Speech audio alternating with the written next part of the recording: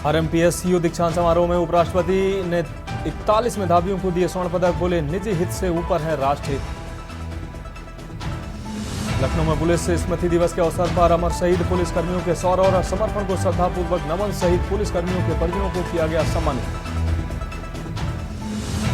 सपा से तेज प्रताप यादव ने किया नामांकन, अखिलेश का बीजेपी पर तंज, करहल ने ये पुकारा है समाजवाद ही सहारा है। बहराइच हिंसा मामला, इलाहाबाद हाई कोर्ट ने 15 दिनों के लिए बुलडोजर कार्रवाई पर लगाई रोक, पीडब्ल्यूडी ने 23 घरों पर लगाया था नोटिस।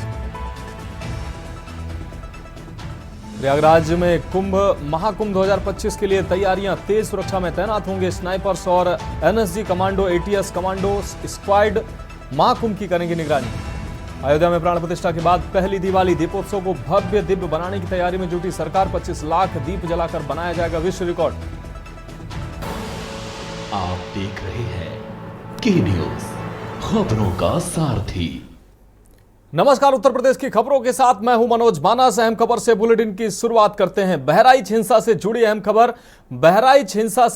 खबर आपको अपडेट दे रहे हैं। इस खबर में महसी महाराजगंज में हुई हिंसा का मामला, जिसमें महसी विधायक सुरेश्वर सिंह ने एफआईआर दर्ज कराई है।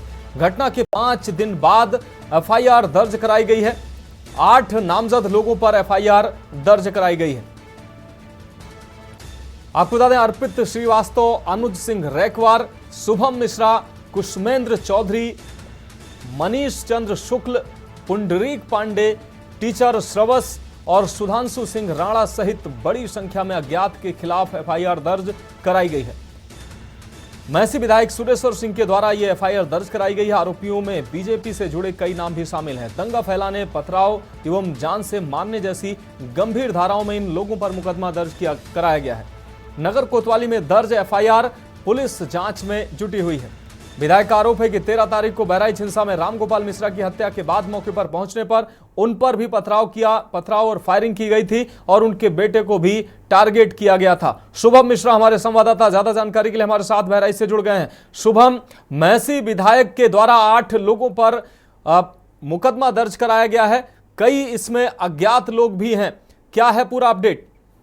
देखिए मनोज, मैं आपको बता दूं, 13 अक्टूबर मूर्ति विसर्जन के दौरान ये हंगामा, उपद्रव, बवाल हुआ था, जिसके बाद एक युवक की मौत हो गई थी। आज 5 दिन बाद महसी विधायक सुरेश्वर सिंह ने 7 लोगों के खिलाफ मुकदमा दर्ज कराते हुए कहा है कि जब वो मृतक रामगोपाल मिश्रा को मस्जिद रखाने गए, तभी भाजपा के कुछ कार्यकर्ता उनसे अभद्रता करने लगे और उनकी गाड़ी पर पथराव भी किया। इसके बाद मृतक रामगोपाल का सड़क पर रखकर और कवाल करने लगे, प्रदर्शन करने लगे और साथ ही सुरेश्वर सिंह के पुत्र जो उनके साथ मौजूद थे, उन पर फायरिंग की गई। लेकिन 5 दिन बाद भाजपा विधायक सुरेश्वर सिंह ने इन 7 भाजपा कार्यकर्ताओं पर मुकदमा लिखाया और अन्य लोगों पर भी मुकदमा लिखाया, जो नगर कोतवाली पुलिस के बताए जा रहे हैं। पुलिस का कहना है कि अब इन सभी अपराधियों की पकड़ शुरू की जाएगी। लेकिन कहीं ना कहीं एक बड़ा सवाल मनोज ये भी उठता है कि 5 दिन बाद भाजपा विधायक ने जो है भाजपा के पदाधिकारियों पर ही मुकदमा क्यों लिखाया? शुभम, बड़ा सवाल है। एक तरफ लगातार प्रशासन की कार्रवाई जारी है। आज एएसपी पर कार्रवाई हुई है। आपको बता दें, पवित्र मोहन त्रिपाठी पर कार्रवाई हुई है। इस बीच इतने दिनों के बाद, 5 दिन के बाद, अब विधायक के द्वारा खुद भाजपाइयों पर मुकदमा दर्ज कराने का क्या मतलब बनता है? क्या भाजपा यूनिट जो बहराइच की है वो 2 धड़े में बढ़ती नजर आ रही है? देखिए मनोज, मैं आपको बता दूं कि भाजपा विधायक सुरेश्वर सिंह ने जब ये मुकदमा दर्ज कराया, उसके बाद से कहीं ना कहीं लग रहा है कि भाजपा जो पदाधिकारी है, बहराइच के भाजपा जिला की पार्टी है, वो कहीं ना कहीं 2 गुटों में बटी नजर आ रही है। एक तरफ नगर अध्यक्ष अर्पित श्रीवास्तव पर मुकदमा और सेक्टर प्रभारी पर मुकदमा और उनके साथ 7 और साथियों पर मुकदमा और कई अन्य जो है अज्ञात लोगों पर भाजपा विधायक सुरेश्वर सिंह खुद मुकदमा दर्ज करा रहे हैं और कह रहे हैं कि जब मैं उस बवाल में गया तो मेरे ऊपर पथराव हुआ और जैसे ही हम लोग उस बवाल से पीछे हटे, मेरे पुत्र और मेरे ऊपर हवाई फायरिंग भी की गई। इस मनोज कहीं ना कहीं भाजपा जो जिला पार्टी है वो 2 गुटों में बटी दिखने लगी है बहराइच जनपद में। शुभम, एक और अहम सवाल, जो लोग बहराइच हिंसा में पीड़ित लोगों को न्याय दिलाने की बात कर रहे थे, वो लोग अब आपस में ही एक दूसरे पर आरोप प्रत्यारोप का दौर शुरू कर चुके हैं। ऐसे में जो पीड़ित लोग हैं, जिन लोगों को इन लोगों से आस है कि ये लोग न्याय दिलाएंगे, हमारी आवाज उठाएंगे, तो ये लोग खुद आपस में जब अब इस तरीके का इन लोगों पर आरोप प्रत्यारोप का दौर आपस में शुरू कर चुके हैं। भाजपा दो धड़े में बढ़ती नजर आ रही है, तो अब लोगों की आवाज कैसे कोई उठाता नजर आएगा? मैं आपको बता दूं, महाराजगंज में हिंसा के बाद लगातार पीड़ित भाजपा विधायक सुरेश्वर सिंह के पास मौजूद थे, उनसे न्याय की गुहार करते रहे। भाजपा विधायक खुद जो है पीड़ितों को जो है मुख्यमंत्री योगी आदित्यनाथ से लखनऊ में लाके ले गए, और उसके बाद उन्होंने आज 5 दिन बाद जब भाजपा के अपने ही पदाधिकारियों पर आरोप लगाना शुरू किया, उसके बाद कहीं न कहीं मनोज जो है पूरे जिले में एक अजीब सा माहौल हो गया। जब जो है पार्टी के कार्यकर्ता आपस में ही लड़े जा रहे हैं, तो अब आम नागरिक को क्या न्याय मिलेगा? एक बड़ा सवाल मनोज ये भी है कि पीड़ित परिवार जहाँ एक और आस लगाया बैठा था कि हमें जो है मौजूदा सरकार, मौजूदा पार्टी में मौजूद विधायक पदाधिकारियों के सहयोग से सहायता मिलेगी, अब कहीं ना कहीं वो भी निराश दिख रहे हैं, क्योंकि जब भाजपा आपस में लड़ रही है तो उनको न्याय कैसे मिलेगा? निश्चित रूप से शुभम, इस तमाम जानकारी के लिए आपका बहुत शुक्रिया। तो आपको बता दें कि महसी विधायक ने 8 लोगों पर मुकदमा दर्ज कराया है। इसमें कई लोग अज्ञात भी हैं। 8 लोगों के खिलाफ नामजद मुकदमा दर्ज कराया है और कई लोग इसमें अज्ञात भी शामिल हैं। रुक करते हैं अगली खबर का। मैनपुर से अगली खबर, जहां सपा के राष्ट्रीय अध्यक्ष अखिलेश यादव का बयान सामने आया है। यहाँ के लोगों ने हमेशा साथ दिया। अखिलेश यादव ने यह बात कही। मैनपुरी में नामांकन के दौरान पहुंचे थे सपा प्रमुख। भाजपा उपचुनाव में पीडीए से घबराई हुई है। पीडीए परिवार के लोग भेदभाव के शिकार हुए हैं। इन लोगों को विकास की चिंता नहीं है। अखिलेश ने ये आरोप भारतीय जनता पार्टी पर लगाए। आपको बता दें, मैनपुरी में उपचुनाव के लिए प्रत्याशी तेज प्रताप यादव के नामांकन में पहुंचे थे अखिलेश यादव। इस दौरान उन्होंने भारतीय जनता पार्टी पर जमकर निशाना साधा। बीजेपी सरकार में सभी को न्याय नहीं मिल रहा है, ये आरोप अखिलेश यादव के द्वारा लगाए गए। ये लोग सदस्यता कम कर रहे हैं, ये लोग जमीनों पर कब्जा ज्यादा कर रहे हैं, ये आरोप भी अखिलेश के द्वारा लगाए गए। बीजेपी जिसको चाहे गिरफ्तार करा ले। बीजेपी ने अपने मनमर्जी के अधिकारी भी रखे हुए हैं। बीजेपी किसी को न्याय नहीं दे सकती है। बहराइच में बीजेपी ने दंगा कराया है, यह आरोप साफ तौर पर अखिलेश यादव ने लगाया। चुनावी फायदे के लिए बीजेपी पर यह आरोप उन्होंने लगाया। करहल की जनता सपा को चुनेगी। सबसे ज्यादा क्राइम उत्तर प्रदेश में। ये तमाम ऐसे आरोप जो अखिलेश यादव के द्वारा भारतीय जनता पार्टी पर लगाए गए। साथ ही उन्होंने कहा कि करहल की जनता समाजवादी पार्टी को एक बार फिर से चुनेगी। मैंने कहा आपसे कि ये किसी को न्याय नहीं दे सकते। भारतीय जनता पार्टी किसी को भी न्याय नहीं दे सकती। जो न्याय नहीं दे सकता वो सम्मान भी नहीं कर सकता। और लोकतंत्र की खूबसूरती यही है कि अगर कोई विरोध कर रहा है, कोई नाराजगी है, तो कम से कम उसकी बात सुननी चाहिए। ये जो सत्ता की ताकत से जो मुकदमे लगाए या जेल भेजा है या उनको परेशान किया जा रहा है, यही जनता है, इनका हिसाब किताब करेगी इस चुनाव में। रुक करेंगे अगली खबर का। प्रयागराज से अगली खबर है, जहां यूपी लोक सेवा आयोग के सामने धरना प्रदर्शन किया गया है। आपको बता दें, पीसीएस, आरओ और एआरओ के अभ्यर्थियों ने यह धरना प्रदर्शन किया है। तो पीसीएस, आरओ और एआरओ की प्रारंभिक परीक्षा को लेकर अभ्यर्थियों ने धरना प्रदर्शन किया है। अभ्यर्थियों ने अपनी मांग को लेकर यह धरना प्रदर्शन किया है। पीसीएस, आरओ, एआरओ की प्रारंभिक जो परीक्षा है उसको एक ही दिन और एक ही शिफ्ट में कराने की मांग ये अभ्यर्थी कर रहे हैं। अलग अलग दिनों में परीक्षा पर अभ्यर्थियों ने रोष जताया है। तो पीसीएस समीक्षा अधिकारी और सहायक समीक्षा अधिकारी के अभ्यर्थियों ने ये प्रदर्शन किया है। और पीसीएस सहायक समीक्षा अधिकारी और समीक्षा अधिकारी की जो परीक्षाएं, प्रारंभिक परीक्षाएं, उनको एक ही दिन और एक ही शिफ्ट में कराने की मांग की है।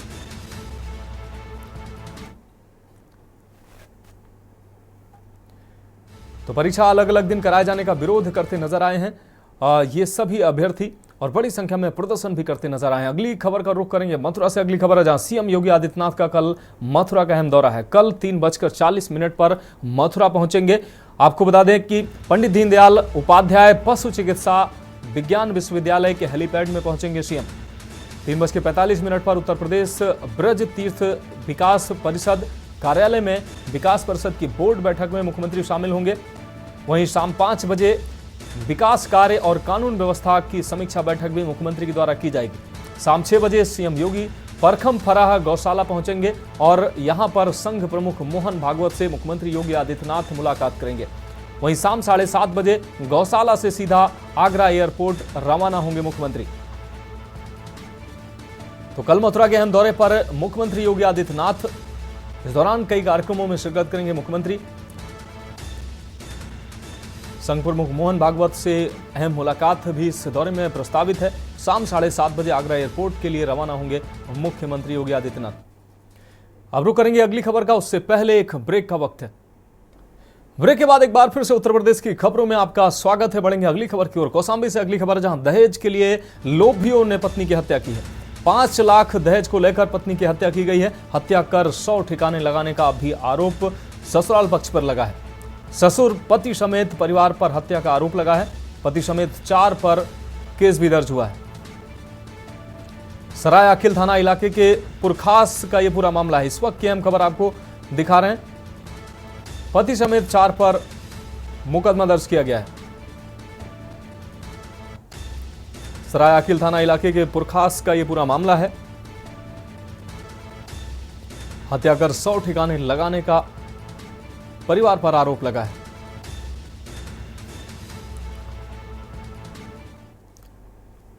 अब रुक करेंगे अगली बड़ी खबर की। गाजियाबाद से इस वक्त की अहम खबर सामने आ रही है, जहां नामी बैंक से गायब हुआ 50 लाख का सोना। सूचना मिलने पर पुलिस मामले की जांच में जुट चुकी है। सीसीटीवी की सहायता से पुलिस जांच पड़ताल शुरू कर चुकी है। सोना गायब होने से बैंक पर कई सवाल उठने शुरू हो चुके हैं। तो गाजियाबाद से इस वक्त की अहम खबर, 50 लाख का सोना बैंक से गायब हुआ है। सीसीटीवी फुटेज की सहायता से पुलिस जांच पड़ताल कर रही है। सोना गायब होने से अब बैंक पर भी सवाल उठने शुरू हो गए हैं। तो नामी बैंक से गायब हुआ 50 लाख का सोना, गाजियाबाद से अहम खबर आपको दिखा रहे हैं। सूचना मिलने पर पुलिस मामले की जांच में जुटी हुई है। सीसीटीवी की सहायता से जांच पड़ताल में पुलिस जुटी हुई है। वहीं 50 लाख का सोना गायब होने से बैंक पर भी सवाल उठने शुरू हो गए हैं। तो गाजियाबाद से इस वक्त की अहम खबर, नामी बैंक से गायब हुआ है 50 लाख का सोना। सूचना मिलने पर पुलिस मौके पर पहुंची है और जांच पड़ताल कर रही है। सीसीटीवी फुटेज के आधार पर पुलिस जांच पड़ताल कर रही है। बढ़ेंगे अगली खबर की ओर।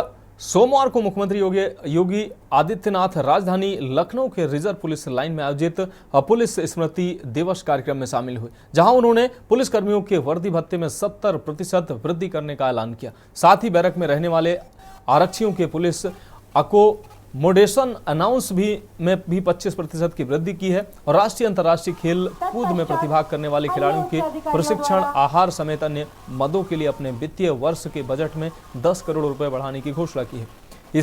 इन घोषणाओं पर प्रदेश सरकार 115 करोड़ रुपए खर्च का वहन करेगी। इस दौरान सीएम योगी ने कहा कि लोगों में सुरक्षा की भावना पैदा करना और अपराधियों में कानून का डर पैदा करना उनकी सरकार की प्राथमिकता है।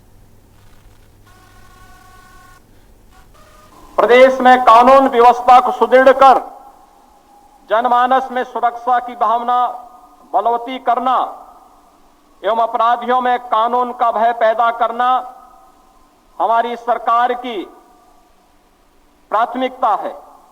इसके दृष्टिगत प्रदेश सरकार ने उत्तर प्रदेश पुलिस बल के मनोबल, कार्यकुशलता एवं व्यावसायिक दक्षता को बढ़ाने, पुलिस बल को बेहतर संसाधन उपलब्ध कराने के उद्देश्य से कई महत्वपूर्ण कदम उठाए हैं। वर्ष 2017 से राज्य सरकार के गठन के बाद से पुलिस विभाग के विभिन्न पदों पर 1,54,000 से अधिक भर्तियां संपन्न हुई हैं, जिसमें 22,000 से अधिक महिला कार्मिक सम्मिलित हैं। अगली खबर का, अगले साल प्रयागराज में लगने जा रहे महाकुंभ की तैयारियां जोरों पर चल रही हैं। उत्तर प्रदेश राज्य रोडवेज परिवहन निगम यानी कि यूपीएसआरटीसी महाकुंभ में 7,000 बसों को चलाएगा। इस पहल का उद्देश्य प्रयागराज में आने वाले श्रद्धालुओं को सहूलियत देना है। ये रिपोर्ट देखिए।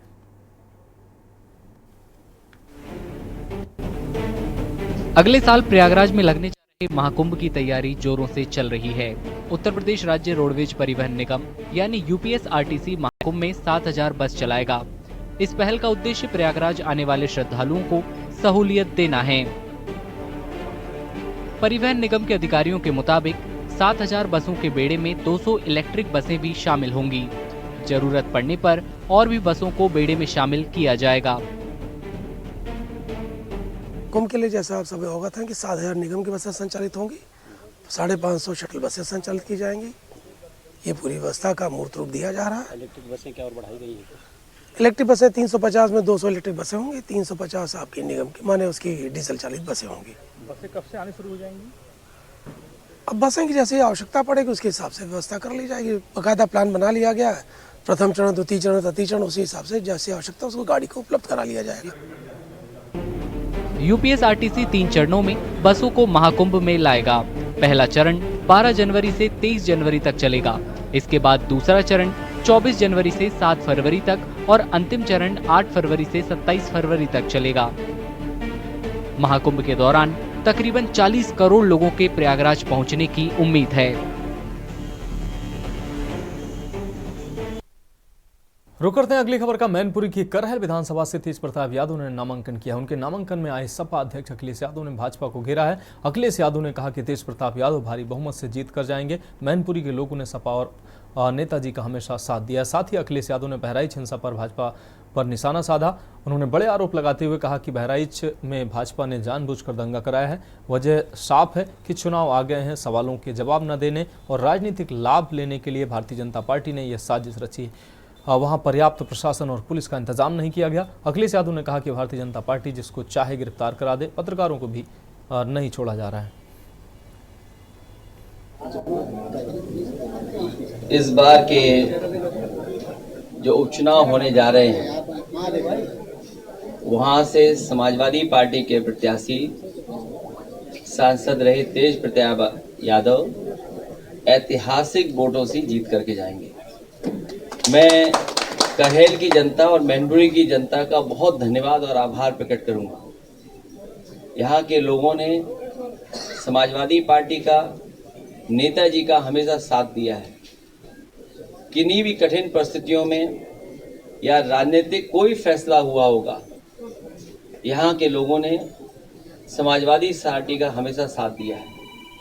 करहेल उपचुनाव में जो होने जा रहा है, ये वो विधानसभा है जहाँ की